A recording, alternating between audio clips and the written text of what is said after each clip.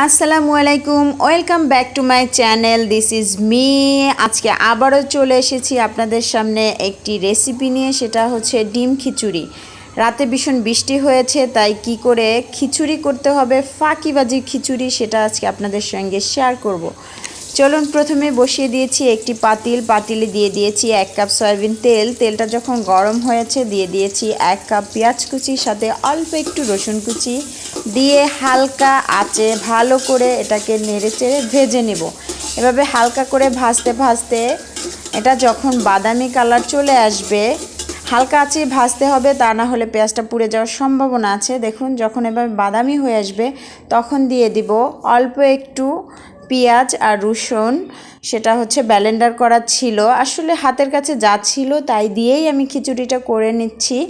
এ পর্যায়ে দিয়ে দিয়েছি আমি 1.5 টেবিল চামচ আদা বাটা, দিয়ে একটু ভালো করে নেড়ে চেড়ে দিয়ে দিব এ পর্যায়ে হচ্ছে 2 টেবিল চামচ ধনিয়া গুঁড়া, 1.5 টেবিল চামচ হচ্ছে মাংসের মশলা দিয়ে দিচ্ছি, 1 টেবিল চামচ জিরে গুঁড়ো দিয়ে এভাবে একটু কষিয়ে নিব।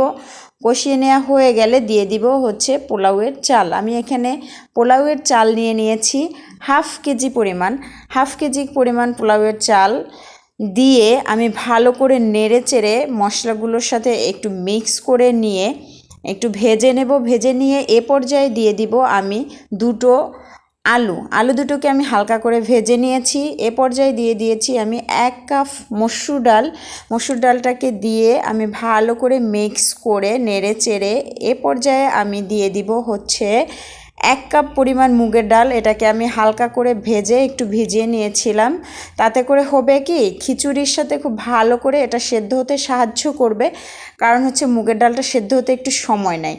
এ পর্যায়ে দিয়ে দিচ্ছি আমি আবারও 1 টেবিল চামচ ঘি দিয়ে আমি চালগুলোর সাথে মিশিয়ে ভালো করে ভেজে নেব। সবগুলো উপকরণ আমি একসাথে মিক্স করে একটু হালকা আঁচে হালকা করে ভেজে নিব। এটা ভালো করে ভেজে নিতে হবে, একদম ঝরঝরা করে যখন ভেজে নেবেন তখন খিচুড়িটা সেদ্ধ হবে খুব সুন্দর করে, সবগুলো চাল একদম সমানভাবে সেদ্ধ হয়ে যাবে। তাই খিচুড়ির চালগুলোকে সব মিক্স করে একদম ভালো করে ভেজে নিতে হবে। নিয়ে এ পর্যায়ে দিয়ে দিব আমি হচ্ছে পরিমাণ মতো পানি দিয়ে আমি দিয়ে দিয়েছি পরিমাণ মতো লবণ, দিয়ে দিব 7 থেকে 8টি আমি কাঁচামরিচ দিয়ে এ পর্যায়ে আমি আরও দিয়ে দেব 2 টেবিল চামচ ঘি, যাতে চালগুলোর সাথে ঘিটা খুব ভালো করে মিশে যায়। দিয়ে দিয়েছি 2 টেবিল চামচ কেওড়া জল। এটা একদমই অপশনাল, আপনাদের হাতের কাছে না থাকলে এটা স্কিপ করে যেতে পারেন। দিয়ে আমি এ পর্যায়ে দিয়ে দিব কিছু গরম মশলা। দেখুন 5 থেকে 6-7টি এভাবে হবে এলাচি। দিয়ে দিয়েছি 2 টুকরো দারচিনি, দিয়ে আমি ঢাকনা দিয়ে দিয়েছি। কিছুক্ষণ পরে ঢাকনা খুলে এভাবে একটু নেড়ে চেড়ে দিয়েছি যাতে করে নিচে লেগে না যায়। দেখুন পানিগুলো সব শুকিয়ে এসছে, একটু ভেজা ভেজা ভাবটা রয়ে গেছে, তবে একদমই চিন্তার কোনো কারণ নেই। তার কারণ হচ্ছে এ ভাবটা আরও কিছুক্ষণ দমে রাখলে চলে যাবে। দেখুন কিছুক্ষণ দমে রেখে ফিরে আসছি। এই যে দেখুন এ পর্যায়ে দিয়ে দিয়েছি আমি যে ডিমগুলোকে আগে ভেজে একটু ভুনো করে রেখেছিলাম, আর সেই ভুনা করা যে মশলাগুলো সব সহ আমি সুন্দর করে দিয়ে আরও কিছুক্ষণ দমে রেখে দেব। দমে রেখে দিয়ে দেখুন চলে এসেছি, হয়ে গেছে অলমোস্ট। এ পর্যায়ে আমি দিয়ে দিব উঠানোর আগে 2 থেকে 3 টেবিল চামচ ঘি।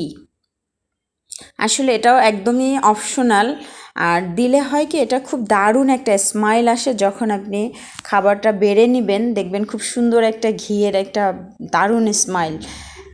এই যে দেখুন হয়ে গেছে আমার খিচুড়ি, আমি প্লেটে বেড়ে নিয়েছি। খিচুড়িটা খুবই সুন্দর হয়েছে, দেখতে খুবই ইয়াম্মি হয়েছে খিচুড়িটা। আমি কি করেছিলাম, একটু লইটা শুটকিও ভুনা করে নিয়েছিলাম পাশে। দেখুন শুটকিটা দারুণ,